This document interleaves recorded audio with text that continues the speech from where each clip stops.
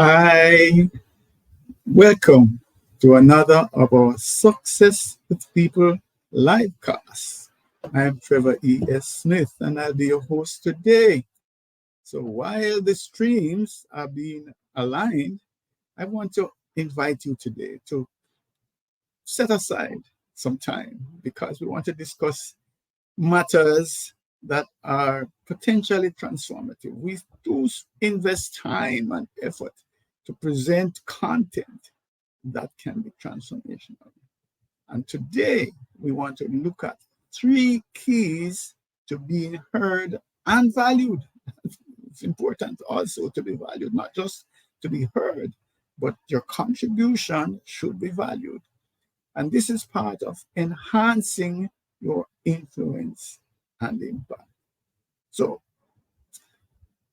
I want to start this discussion or share something with you to give you an insight into why this is important and why I am committed to sharing these messages. Some time ago, at the end of a workshop, team building workshop, performing, I'm working with high performing teams. An executive, young lady, middle age, came up and held my hands and she said to me, you know, I wish I had done this workshop before my sister died. And she had a serious face, obviously, because you could see hurt because she had totally misunderstood her sister and they were, not fully aligned. But when I went through and showed her, I think it was the eye style of behavior that her sister had a preference for, and she just couldn't understand. But when we went through the workshop, and she then got an appreciation of what would inspire her sister to behave in the way that she did, came this situation that, if only I had known.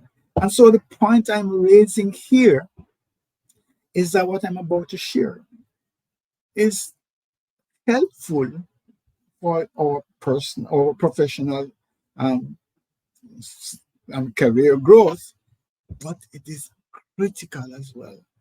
All our relationships. So, as we look at this issue then of influence, and that story, by the way, is just one of many. I could share with you several situations where there's an awakening, a difference, an understanding, a sudden situation where there's no, I understand. So that is why. So let's move forward. Influence, of course, is the cornerstone of effective leadership. If you can't get people to do what it is that you want them to do, then you're not going to be highly successful as a leader. But it also is the underpinning of healthy interpersonal relationships. And influence then is that capacity, that ability that you look at and you're saying, whoa, that person has it. And sometimes we call that charisma, but it's not necessarily that. But that idea that you can actually share a thought, share something that impacts the thoughts or the feelings and get people to move. That's, I'm laughing because I had a little dog, a dog that went across to the neighbor's fence, you know. And so we went and got him, and I put, the leash around him, and I was pulling the dog, and she just wouldn't move. She just pulled and pulled. And the neighbor said, okay, let me the leash a little bit. And the dog just moved with her, and I'm saying, whoa, look at that. That's the difference between people who have influence, that we would, Say that's an influential person. Well, all of us can enhance our influence and have greater impact. Yes, whether it is getting people to move, or in my case, getting my dog to move. Um, it's important, but let's get serious here. So, research, and a lot of the research that I will quote today, really and truly, is just confirmation of what we know anecdotally. Yes? So, here is Cialdini, 2001, says that people are more likely to comply with requests when they perceive the requester as having authority. In other words, why should I follow you? Why should I follow you? And guess what? Influence does not necessarily mean that you have to have a reporting relationship, for example, or the person might see that you are their superior. You can influence people, even above you. You can influence your boss. You can change your boss's thoughts, feelings, and actions. So it's the study is good, but I would just want to make it clear that it influence is not necessarily dependent on hierarchy. Okay, all right. So let's move on. I think that some of these are obvious, but yeah. So remember, we're going to look at 3 keys because of the time. We will be here not longer than 35 minutes. So that's why I want you to put away whatever it is that's distracting you and just give me these few minutes. So the first key is understanding your audience's communication, your behavioral style. This is so critical. And I talk about being a behavioral linguist. If we are, let us say, traveling the world and we can speak many languages, we're going to be a lot more successful in terms of connecting and communicating with people. Well, behavior is like a set of languages. We speak behaviorally. My body language, my tone, the words that I use, basically, is a different language from maybe yours. And that's why we have this classification of behavioral styles. And if we can get to the place where we can understand and appreciate different behavioral styles, if we can discern when somebody is using one behavioral style as against another, and these things are very nuanced. Yeah. So while we look at 4 classifications, 4 major classifications: dominance, influence, steadiness, conscientiousness, within each of those classifications, there's a whole bag of nuanced behaviors. For example, with extended DISC and the behavioral DNA assessments, they identify 40 unique behavioral styles within each category. So we're looking at 160 identified unique behavioral styles. So the skill then is to be able to pick up what it is, what style is being used by an individual. And so when we are communicating with them, they're going to hear us better when we speak to them in their preferred behavioral tone. And of course, here it is, Harvard again confirming that personalized communication significantly enhances outcomes. So when you have tailored messages, they're going to be 40% more persuasive than if you just send out one size fits all. So here's a quick case study that I want to share with you. This is one of my earliest interventions. It was, we were invited to come and work with an export department. What had happened here is that it was a new team leader for the department, and there was a lot of confusion, a lot of challenges. And so I was invited to go and try and sort it out, and did the behavioral assessment and had the dialogue. And the one that I want to highlight, there are a number of um, lessons from it, but the big one I wanted to talk about was the manager said to me that this person, this team member is lazy and, don't want to do any work. It's lazy. And they were kind of shocked because these were highly functional people that were doing things. So what happened is this: the individual who was now quote unquote lazy had a preference for using the S style. The new leader had a preference for using the D style, dominance. So it is steadiness, dominance. Okay. So the S style usually is submissive. They want to be confrontational. They want to have peace and harmony. So what happened before is that this was a highly empowered team, right? So the team members would just do what it is that they saw that needed to be done. So this young lady, as usual, went and did something that she saw needed to be done. The manager said to her, next time you ask me before you go and do things outside of your remit, ask me first. Now, the S-style individual hears that as to not cross your boss. Just do what it is that you're assigned to do and wait to be told what to do if there is something else to do. So she dutifully finished her job, her tasks, and would wait. And then this style leader is saying, look at that. This person is sitting there idly looking at the world spinning. That's it. So when we found out what it is, we of course resolved the issue.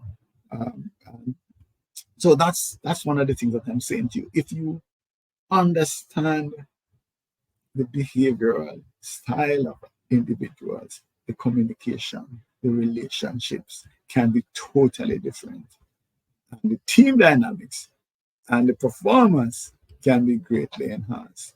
So that's the first thing then, is to understand who it is that you are leading, that you're communicating with. Understand what it is, how they want to be heard. Yes. How they want to receive information. We do not want to go and speak to somebody who, my famous thing, somebody who speaks Swahili and you're shouting to them in Greek, because why don't you understand what I'm saying? Are you stupid? That's what is happening sometimes when we're dealing with people behaviorally and they're not doing what it is that we want them to do, or we're not able to convince them. We start to raise our voices and we start to be animated. That's not the solution. All right. So key number 2 would be adaptability. Believe me, this is so critical, because this really, as it says here, is a launching pad to deeper connections. When we can tailor our communication or interaction to fit the audience, then we're going to actually build rapport, and our influence is obviously going to be enhanced. And again, this study from Applied Psychology, Journal of Applied Psychology, talked about it. It says that individuals who adapt their communication style to match their audience are perceived as more influential, clearly. If you speak to me in my language, if you speak to me behaviorally and behave in a way with which I'm comfortable, I am more likely to listen to you and to respond to what it is that you need to get done. Fact of life. All right. So one of the things that we are pushing and trying to help leaders to do is to learn to flex their style. That's what we're talking about. When we say flex their style, we just mean adapt. Change your style to suit the situation. That's basically what it is. And that, we do a lot of work. People talk about emotional intelligence. That is a hallmark of emotional intelligence. When you're able to change, adapt your style to suit your audience, that is emotional intelligence. And so there's a study in the Journal of Applied Psychology that talks about this capacity, this ability to be flexible. Don't be just one style. That's me, that's who I am. And if you want to work with me, then you need to fit in. That's not a successful strategy. So leaders who demonstrate flexibility in their communication styles are more likely to inspire trust and engagement. And we talk a lot about engagement. One of the reasons for low engagement, and the statistics indicate that 2/3 of the staff is just going through the motions. They're not fully engaged. And part of it comes down to the leadership. Are leaders trying to communicate with team members in the language that they prefer, the behavioral language that is their preference? So, Johnson, another study, revealed that individuals who demonstrate adaptability are more likely to build strong relationships and influence. Yeah, clearly. Yes. If I can speak to you in the way that you want to interact, aren't you more likely to be influenced by me and to warm towards me? So I hope that I'm trying to do that here now, so that some of you will actually warm towards me. What style am I using here? That's a good question. I come back to that in a while. So here's another study, and this is a meta-analysis that looks at numerous studies.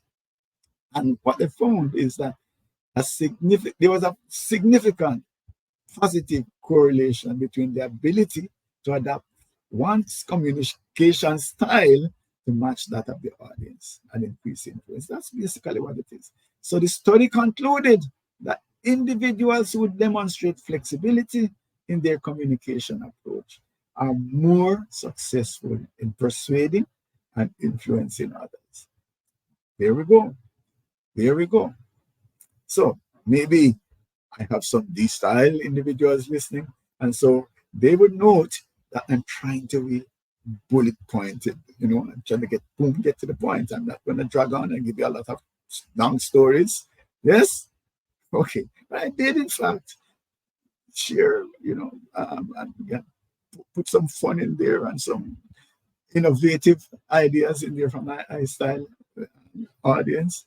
And I think my start, when I gave you that another story, cited the case of that middle-aged executive who was remorseful, had a lot of concern about the fact that her sister passed away, and they were not connected because of a lack of exposure to what I'm sharing today.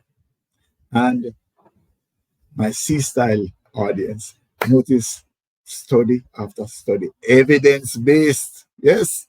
Okay. So there it is. Living the life of flexing my style. What is my real style? That's another question. So here we go. Here are some practical examples as to what we're talking about. As to you in the middle, and you have, these 4 big toolkits. That's basically what it is. And within each bag of tools are several nuanced behaviors. But if we're communicating with the D style, which is the red zone there, bullet points, bottom line. What is it that we're going to get? Results. Make it happen. Let's make it happen. No. If I'm speaking to iStyle audience or individual, I need to be engaging. They want to be engaged. They also want to not just look at the destination. They want to see the outcomes, but the journey is also important. What kind of experience are we going to have as we move towards the destination? So that's important for us to show what's happening on the way. And really on the way, we should be looking at, um, blue skies. We should be smelling the roses along the way. That's how life is. We should be, a lot, not just looking at getting to from point A to point B, but what happens on the way. If I'm communicating with my, individuals and my audience who have a preference for the style steadiness, then empathy. We're very concerned about the people impact. How is this impacting people? What are the implications of this move? How is it going to affect Mary? And how is it going to affect John? Because we're concerned that the people component of life needs to be taken into consideration. It's not just about results. It's not just about making things happen. It's also what's happening to the people. How is this impacting people? Yeah. And willingness also to submit and to support. If I'm speaking to my C-style conscientiousness, people who have a preference for that style, then precision, accuracy, some structure, logic. Does it make sense? Those are some of the considerations that we need to have as we communicate. So this gives you an idea of practically flexing styles. All right, so let's move ahead. Get out of here on time. The third key, so the first thing we looked at was understanding the audience, right? The next thing is flexing. So you understand the audience, what they're going to do about it. You're going to adapt your style to make sure it works. And then this one is key: active listening. Man, there should be a PhD relating to listening, because listening is so challenging, right? But the idea here is to not only listen to words, So, when it do communication, they talk about body language, talk about some of these things. This is it. If we understand behavioral styles, we are actually going much deeper than the words or even the body language. So that's one of the keys now. That's a different component, a higher level of active listening.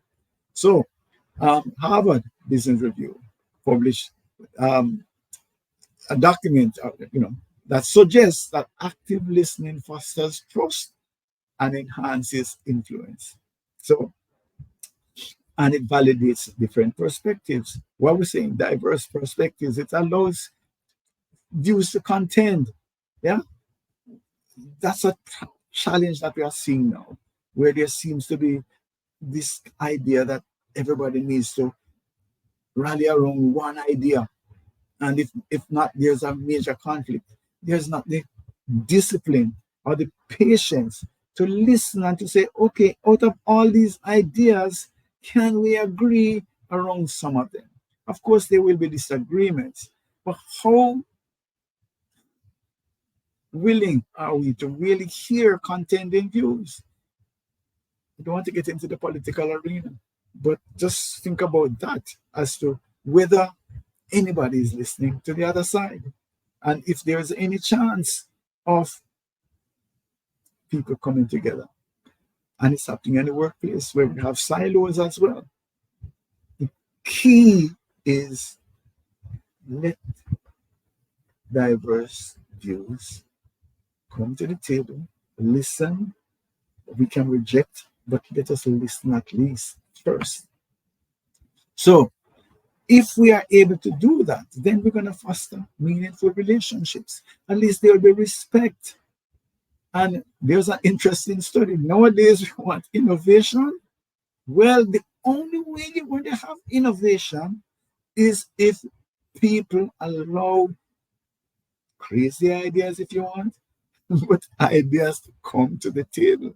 If everybody's marching to the same drum beat, there's not going to be any innovation. So that's one of the considerations that you need to have. Yeah. And so this study demonstrates that leaders who actively listen to their team members are better equipped to make informed decisions. They can make better decisions. And also the potential is there for innovation. And so we, through our discerning communication model of leadership and communication, our discerning model of leadership and communication, we actually help people to listen better in terms of being able to communicate and to hear nuanced views, decode communication. So Trevor might be come across as being overbearing, and maybe you feel that he's too dominant, too pushy. But if your team goes through workshop where they understand behavioral styles, they start to discount that already. They say, okay, that's Trevor, I understand. So let me hear what he's saying, underneath this style. And of course, Trevor knows that if he's communicating with Susan, who has a preference for the S style, he is going to get better results if he kind of tones down and be less animated. That's the kind of value that this process brings. All right. So I want to give you 3 case studies very quickly. One of them is improving sales effectiveness, where a sales team is leaving too much on the table, not meeting their targets. They go through the scientific selling course, which includes discerning communication, and presto, they start to be able to communicate. They start to be able to understand their clients a lot better. Yeah. So they know. I'm going to give you one example here. Is Stevie. Dear Steve, success, I don't know, well, I wouldn't say successful, but he is a paper products rep. So he has a great relationship with one of his customers, a retailer. Let us call her Susie. He goes forward. He goes there all the time, and Susie welcomes him. Susie wants to see him and say, "Hey, what's happening?" And they have a wonderful time. And a visit, while Steve is there, Susie is on her iPad sending off an order to Steve's competitor. What's the issue here? The relationship is good, but Susie has been ordering from the competitor for a long time. S-style likes the routine. They just go forward. And unless there's a compelling reason to change, they're not going to. And Steve doesn't understand that he needs to, and hear this carefully, he needs to apply firm persuasion to change that routine. We're not saying overpower her, etc., but he needs to be a little bit more persuasive, a little bit more persistent in terms of saying to Susie, "Hey, Susie, here are the benefits. You need to make this change." Smiling and expecting that Susie is going to just say, "Oh, you're a nice guy, so therefore I'm going to change it." Isn't going to happen. And so I just want to suggest to you that if your sales force has not mastered discerning communication, you're leaving at least 20% on the table for your customers. And we can fix it. Let's move forward. So the next one is a similar case, well, in the impact, and that's conflict in the team, consistently conflict in the team. Well, similar to what we did with the export department, this is a regular feature where you go in, do the behavioral assessments, put up your team maps where people can see, the preferred style of each other, and teach them to master the language of behaviors, discerning communication, how they can expect to speak to an individual, how they expect the individual to respond, how they want to be heard, and how they want to give instructions, how they want to give feedback. All of that happens, and peace reigns. Of course, we will always have a little issue here and there, but this is a winning formula. Works every time. The other thing that we can do another study is the impact of use of behavioral DNA assessments. So we spoke a while ago about the team maps. Those team maps are so powerful. It tells you where people are. It tells you with the extended this, not only their natural style, but it also speaks to their perceived need to adjust. And so when we look at that and we look at the data that accompanies the maps, we're able to prescribe solutions that work. And so some of the benefits that come from this kind of work is that you maximize individual strengths. So people, I'm not saying that you're not to move out of your comfort zone, but people are aligned to the areas in which they are best suited. And the team as a whole is more closely aligned with the requirements of the environment. And so you are able to develop the team, the leadership or leaders actually within the team in order to leverage your strengths. All right. So invite you to incorporate these three keys into your communication and into your interaction with others. Send me an email, info@successwithpeople.org. Info@successwithpeople.org. So this is going to help you to get your message heard. It's going to help you to enhance your connections, whether it is work or in your other relationships. And it's going to help you to engender mutual respect. Yeah. And who are we? I just wanted to quickly tell you that there's information like this available outside of sending me this email. All right. So these live casts are on YouTube. If you go to YouTube and you look at extended disk solutions, I didn't get the extended disk solutions channel, and you can get all of these live casts. Also, we have on LinkedIn the Leadership DNA Club, which really is not one of these advertising boards. It's just good, solid content. So ask me, link up with me, ask me for access to joining the Leadership DNA Club. And of course, we have this weekly newsletter, the Success with People newsletter. Again, you can subscribe on LinkedIn. All right. So who are we? We are the Success with People Academy, and we are a member of the InfoServe group. And we deploy our discerning model of communication and leadership to promote personal, team, and organizational growth. And of course, as franchise holders, we provide granular behavioral DNA assessments from Extended Disk on the Revolutionary Fix platform. We are also SHRM certification provider, which means that we function at high international standards. So send me an email, info@successwithpeople.org, and let's have a conversation. Thank you.